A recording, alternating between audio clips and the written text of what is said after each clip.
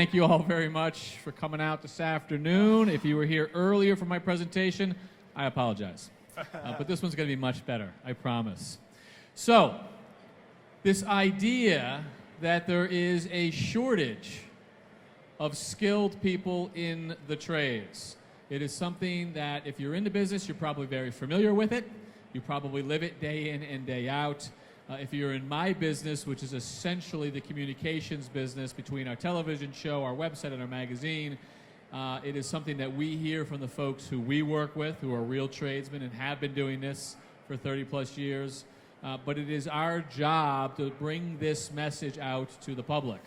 Why are so few or too few young people getting into the trades? Why is it that they think that the nearly 3 million jobs that are currently unfilled, why is it that they think that those jobs are not for them? And how do we change that perception? Part of that discussion starts with people who are professionals themselves, who run their own businesses, and who are responsible for delivering to the customer the high quality, skilled work that people expect. Now, I'd like to thank Home Advisor for sponsoring this event, a wonderful collection of these professionals across the country. Well over 150,000 of those professionals coming together so that folks in the community can find them and screen them and bring them into their homes so that they get this stuff done. That being said, there is still a shortage. So we are delighted to have 3 young entrepreneur professionals to talk about their experience, about what they do with their businesses, how they got to where they are, what they do, and then most importantly, what challenges do they face in terms of getting skilled people to help them run and grow their businesses. At any time during this discussion, if you would like to ask a question or have a comment, just stuff up your hand and we will acknowledge you. This is going to be a free-flowing discussion. Who knows where it's going to go? Oh, yeah. So lean in, pay attention, and get involved. If you'd like to challenge what is up here, if you'd like to ask questions about what you're hearing up here as well. So with that, I'd like to turn it over to these gentlemen. And instead of introducing them, I would like them to introduce themselves to you, starting with you, Joseph. All right, well, very excited to be here. My name is Josie Parks, and I started in the metal roofing business. Recently, I was featured on CNBC Blue Collar Millionaire. I have a metal roofing company. We manufacture and install metal roofing. Not just standing seam metal, we do metal shake, metal slate, and also metal tile. So we custom make roofs, and that's what our specialty is. And then also I have a construction company. I'm about to open a Hilton Garden Inn actually next week. And so I'm also building a residence inn, so I'm in the hospitality sector. And then another business I have is Designer Glass Specialties. Our slogan is, you think it, we can make it. And so we do like glass countertops, a lot of innovative glass products. So I'm just thankful to be in this industry because there's so much opportunity. There's so many amazing people in this industry to learn from, and there's so much room for innovation. And so very honored to be here. Definitely. Awesome. Thank you, Josh. Take it away. What's your story? Josh Downing, Jacksonville, Florida, born and raised. Started a general contracting company in 2014. Me and my partner Jason, with $50 in our pocket, figured we go take on the world. And we just closed out $5 million in sales in about a 2 years time frame. And we did that with the connections through a lead generation softwares from Home Advisor and Thumbtack, leaning on connections like that. Because of those connections, I was featured in CNBC Entrepreneur Magazine of how I was able to turn a $7 lead into a $900,000 custom home built on the beach. Stuff like that is really rampant in our industry right now that people don't really realize. I know these guys on this stage have taken technology to the forefront, but really in construction, we are lacking so far from integrating technology in these systems into the next generation that really gonna put any current company on the next stage. So. That's a little bit about me. Sean? Awesome. Sean, take it away. Well, thanks for having us, guys. I'm Sean with Reliant Roofing. We are a residential roofing contractor in the greater Jacksonville area. Also good buddies with my man Josh. Our forte is just really raising the bar in residential roofing. We got to get away from the stigma of Johnny pickup trucks and just unpermitted work and stuff like that. And in Jacksonville, that's our main focus and our main goal with Reliant Roofing. This year, we're on pace to do about 1,000 re-roofs, which will be about double our second competitor in our local market space. So we got some big goals, and technology and lead generation really catapults us to that next level. We're here to take full advantage of it and be able to develop that culture in our company that they use technology to be able to drive in more leads and more sales for the company. So it's important for us. Cool. All right. So a few young guys, impressive backgrounds, real companies doing it out there every day. Going to jump in on the first thing that I heard right here, in no particular order, that stigma. Is it real? Johnny Pickup Truck. How bad is it? Is it a real thing or is it not? Oh, it's absolutely a real thing. We go against at least 3 people on every job, and I would say 1 is unlicensed, and they're going to do unpermitted work, and they're going to promise the world to these clients, and they're going to offer it at 50% discount to what we're doing. So we have to overcome that on the front end to just be able to close the sale, and we do that by being highly professional, well-spoken, well-educated people. We like to look at ourselves as a white-collar business and a blue-collar industry, and hopefully, we're going to be able to rise the entire tide of the industry locally and across the state of Florida to be able to really weed out those Johnny Pickup Trucks. And then there's going to be a bulk of us at the top that are going to be there, and we're all doing it the right way. And that's something that I can look back, and when I develop a legacy business for my children, I can look back and say that I made a big impact in that. And that's something that's gratifying to me. Yeah, let me ask you, I want to hear you guys' thoughts on it too, but let me just stay with this one right now. What do your buddies say when you tell them you're a roofer? I'm in the roofing business. Oh, they think I'm crazy. They're like, well, why would you ever do that? I don't understand, Sean, why you pick roofing out of everything. And really how I looked at it is I looked at all the other contractors in my industry, and I realized how wide of a gap there was between that top 1% and the majority of the Johnny Pickup contractors. And in Duval County, where we're located, there's 750 licensed roofing contractors, and I would imagine there's probably another 500 unlicensed contractors. Yeah, at least. So we're trying to just catapult ourselves and be in that upper echelon, and people understand that from a branding standpoint when we go in and talk to them, that is our main focus, that's our main goal, and they want to see us do well. So it's almost like a partnership between us and our clients, that they understand we are trying to raise that bar, and they're there to help us make that happen. And in the meantime, we're facilitating a great re-reform or repair on their house. And so what do your friends say now when you tell them you run your own business? Oh, I mean, they're obviously super supportive. We have a few of my close friends help me actually start the company and take it off the ground, and I was able to employ them in the construction world, and they came from finance or they came from a hospitality background. So came from all walks of life, and they understood that it was just a culture that I was building, and it could have been really any business, but they wanted to be a part of something special and understand that they were making a direct impact on our local market space and contracting. Cool. Josh, how do you see the stigma? How does it sort of manifest itself in your business? That's exactly what I was going to tie into is, right now a big thing for us is education to the buyer. There is the only education out there for the buyer is whatever's on TV. So the number one question I get asked all the time is, oh, can you make this look like Property Brothers? Can you do, wave your hand and all of a sudden my wall comes down and now it's going to I'm like, no, I don't know how to do that. I'm not David Copperfield. But, the big thing for us is really tying into the education. Look, that doesn't happen. What they're showing you is a glimpse into what it will be, but here's the process, and here's the systems that go along with that, and here's the checkpoints and the people that you're going to need to meet that make sure that you actually do close your timeline of 30 days.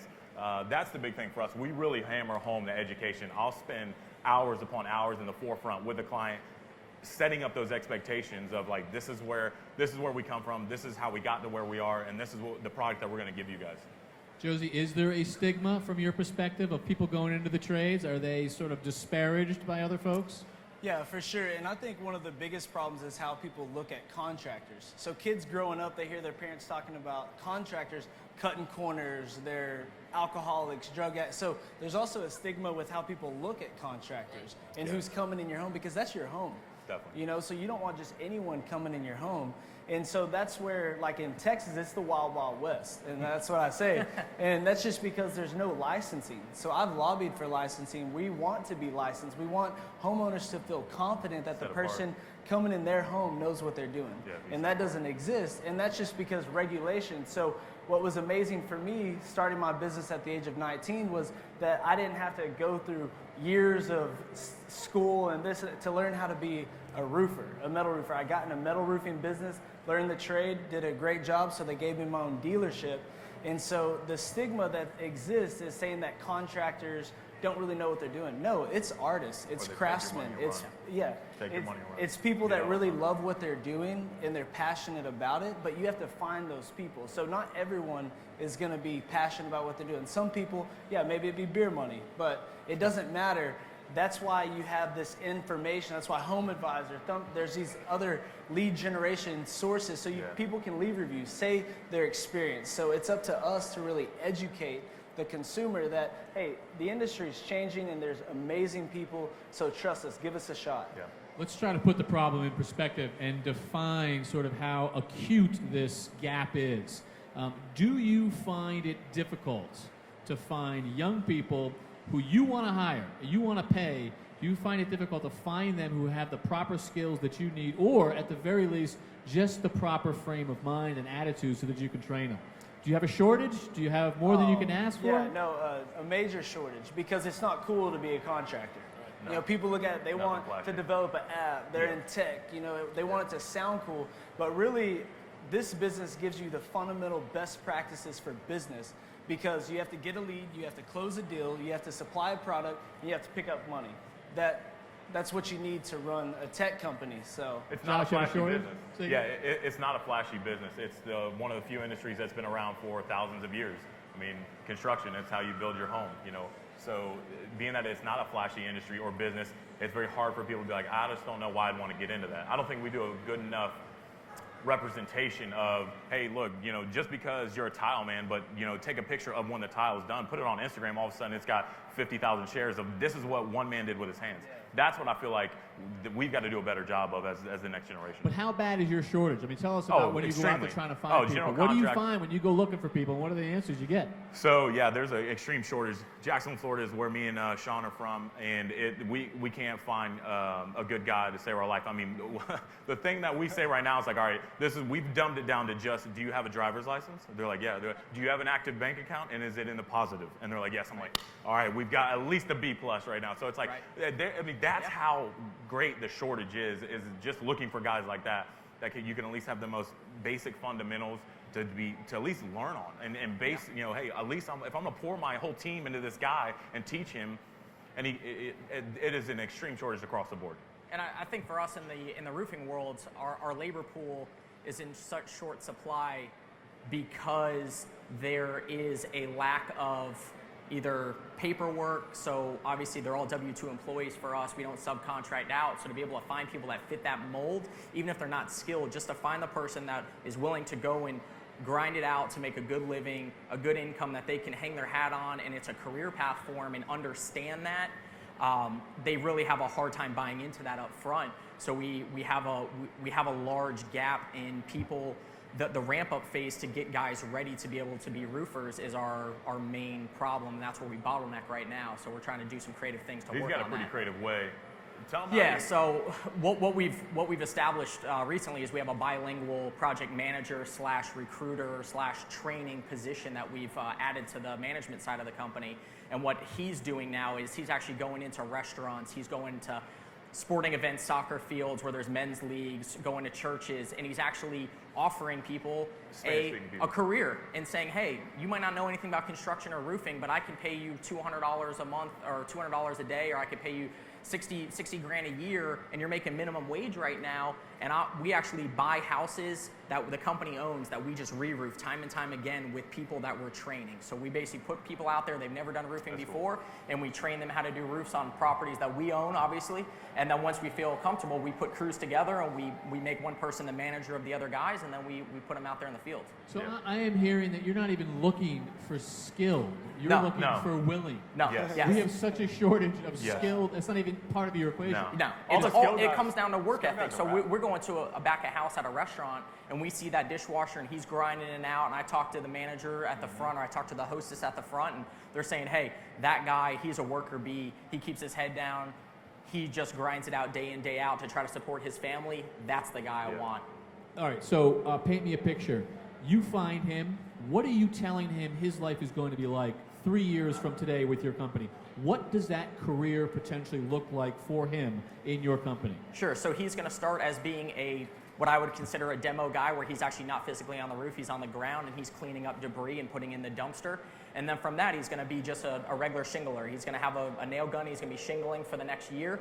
After that, and he's proven that he can manage himself properly, we're going to catapult him up to an assistant lead, which he's the second in command on that job. So if our lead guy has to run to the store for material, he's the next guy in charge of the other crew members.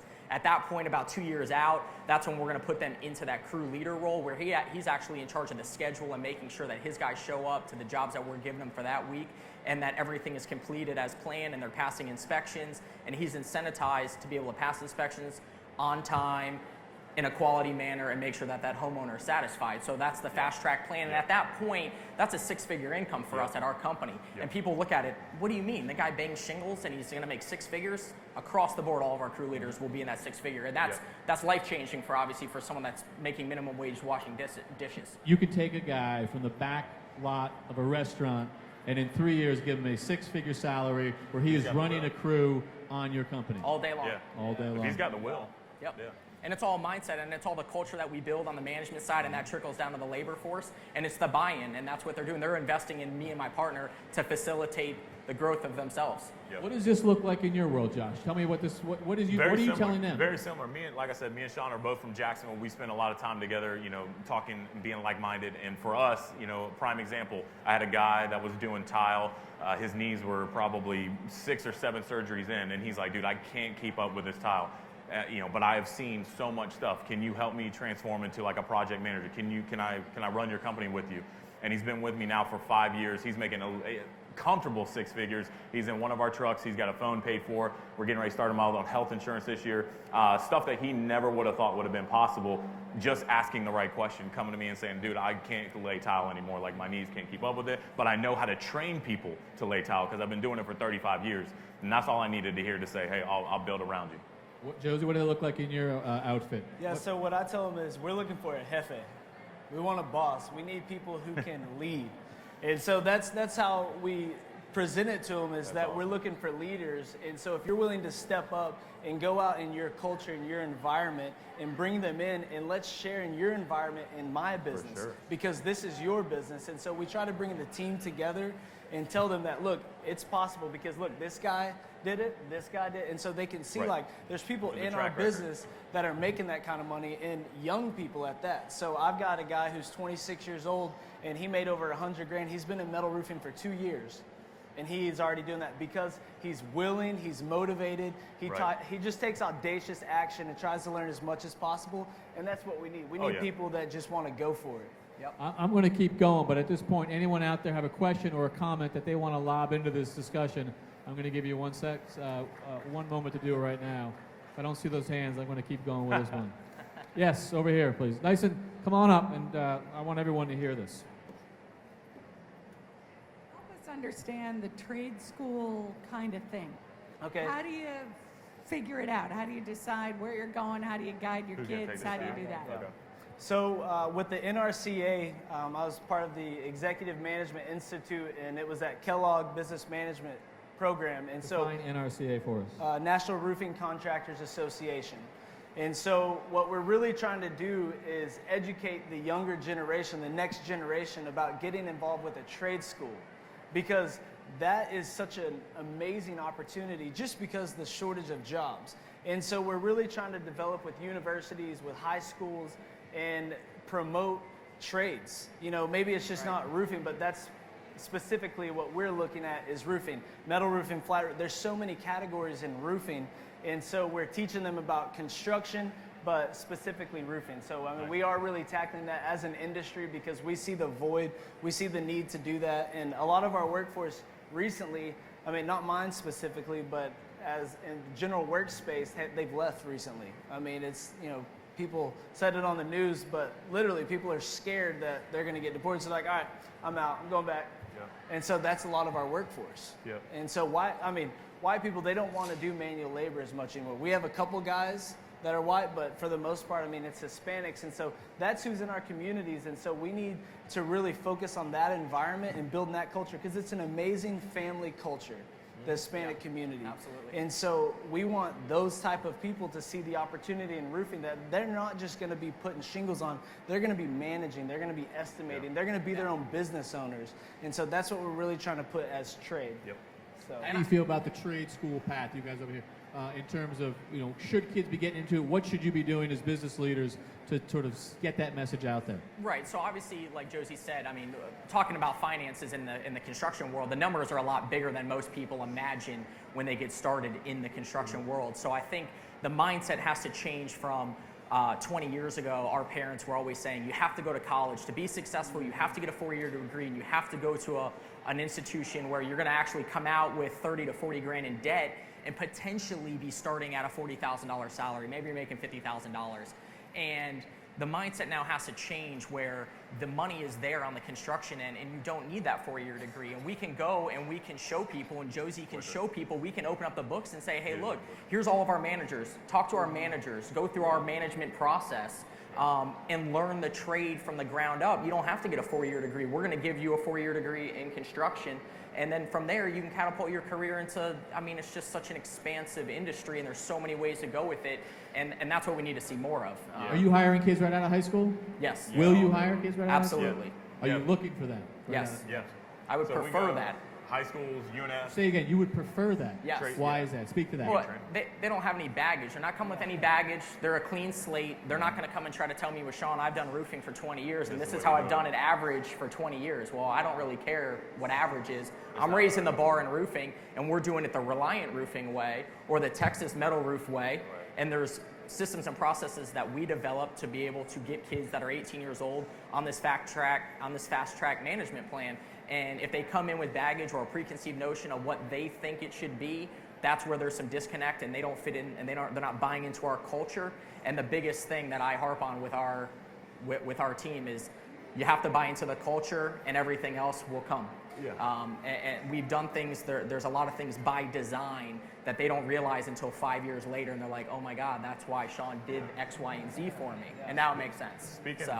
Speaking from a non-roofing standpoint, one way that I leverage the trade schools would be I go to the guy that's getting ready to graduate MEP school, which is mechanical, electrical, or plumbing, and say, hey, look, you're getting ready to start, right? How are you going to get sales? I'm like, I don't know. Why don't you come work for me, get a guy, and then all of a sudden now I've got an HVAC company that's directly handling all of my work, and they are now going, holy cow, I just got out of my trade school, and I'm going to make $250,000, $300,000 in my first year, instead of being like, I don't know how to, we don't know when the next sales come. We've done that with plumbers, electricians, and HVAC guys all day long, and then eventually they're going to get to a point where they're like, oh, now they're bigger, so then we got to repeat the process.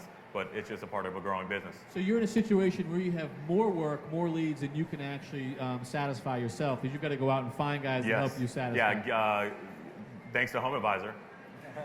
Yeah, no, we do. We have an absurd amount of leads right now across the board from multiple different websites that we don't have enough guys to actually physically do it. So I'm actually going out and recruiting other general contractors that aren't, doing probably what they think they should be doing. Guys that are doing, $250,000 to $500,000, I'm like, we'll do that in a month. And if we don't do that month, we can't survive. So they're like, what? So they'll come in underneath us, and I'll just say, hey, look, here's your jobs. And we'll go one by one, because they have to meet our quality and the demands that we set as, standards. Are you guys talking about this passionately when you're having beers with your friends and stuff like that? Because, I mean, as Actually, I hear yes. this, Yeah. I was going to say, actually, yes. I mean, you're talking about 6-figure careers for kids out of high school and good companies with training and benefit, all this stuff that doesn't exist, Correct. and yet it's right there. You guys have got it in spades. Yeah. Like, what are they saying when you're sitting across the table? They don't telling believe them? us. At least for me, yeah. they don't don't believe use it. They don't ever believe. So I have to bring guys in that have been there, that have seen it, and they're like, this is where I started, this is where I'm at today, and they're like, okay, I believe you. All right, where do I sign? At that point, it's completely validated, and they've seen somebody that they know that wouldn't be, pulling some of their eyes. But one of the problems is a lot of people aren't willing to do what it takes. So that's one of the biggest problems that we've seen, is that everyone will talk about it, but very few will be about it and actually do what it takes. All right, so that's interesting. So let's talk about that. So you find somebody who buys your spiel and says, yes, I want that. Yep. Yeah. Then they come in. How many of them fall away because they won't pump it 70%. out? What's the percentage? 70% for me. 70%. Yeah. What do you find, Sean? Is it that high? No. 20% at most. 20% Yeah. on your side.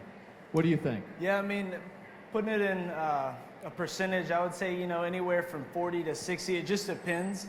It really comes down to the leadership they have, and they have to have, as I said, a willingness to do it. But, most people that I see, if they're not willing to do it, you can't make them successful. You can't make them do it. And so that's the big problem. But I mean, it's hard to put a number on it. It's extremely tough. It's extremely tough when you get a guy, and mine, that's why I say mine's 70-30, is because a guy will come in, he'll buy into everything, and then he'll be like, hey, this wasn't for me. I can't take direction from this guy. His intellect level's not there. I'm like, this is my main guy, and he's running all of our projects. So he might not be there on whatever intellect level you think it is, but he's there for me, and he's a producer. So, and they're like, yeah, it just doesn't work. So a lot of my guys just have a problem with, and it's really the younger generation coming up, just being like, you know, they feel like they can't be told anything. It's something we have to continuously overcome. Yeah, and I think what's been successful for us is my partner and I do not interview any of our new hires. We let our management team do all the hiring, and that's by design because we've molded them into a certain culture and a certain mindset